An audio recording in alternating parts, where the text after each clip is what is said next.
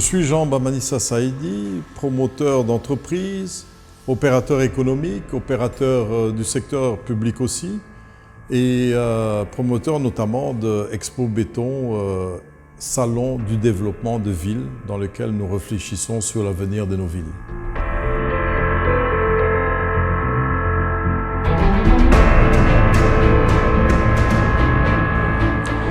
Alors, un peu en 2006, je me souviens qu'on a fait une grosse campagne politique des 5 chantiers, mais il manquait de ciment, donc c'était déjà une interpellation. En 2016, on passe de 400 000 tonnes de production dans la partie ouest à 3 millions de tonnes, et il faut bien les utiliser quelque part. C'est là où l'idée de continuer à promouvoir et accompagner, encadrer tous ceux qui sont dans le bâtiment travaux publics est venue, et nous avons dit, nous créons ce salon du développement de villes. Et 2016, c'était la première édition d'Expo Béton qui regroupe tous les professionnels de la construction.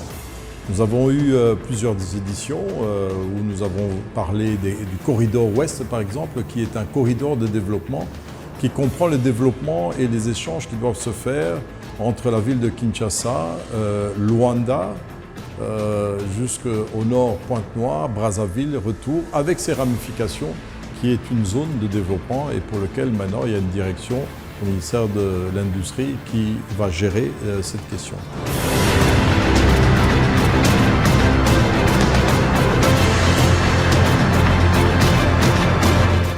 Alors nous sommes heureux que le Sénat, une institution législative et réglementaire, puisse aussi aller dans le même sens. Ils ont fait des études, ils sont revenus sur les différentes questions qui se posent dans Kinshasa, qui est son urbanisation, qui est sa capacité administrative. Rappelez-vous que l'année dernière, nous avons parlé de Kinshasa. Faut-il en faire une province comme toutes les 26 provinces avec ses 4 villes?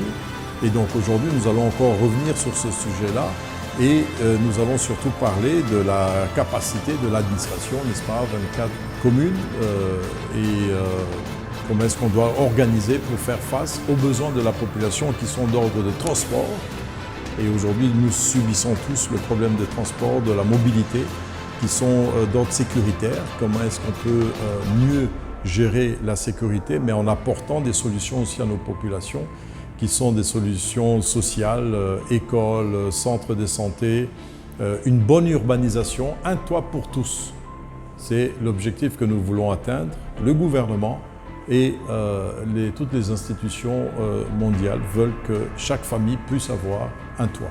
Et donc nous allons discuter de ces sujets avec le Sénat, les sénateurs de Kinshasa qui ont fait un très bon travail qui va être présenté, qui va sortir de là la charte des citoyens quinois dans sa façon de vivre, dans sa façon de se déplacer, etc., pour donner une identité propre à Kinshasa sur les différents thèmes, tourisme, éducation, et alors comment trouver les financements pour réaliser tout cela ensemble avec les institutions de la République.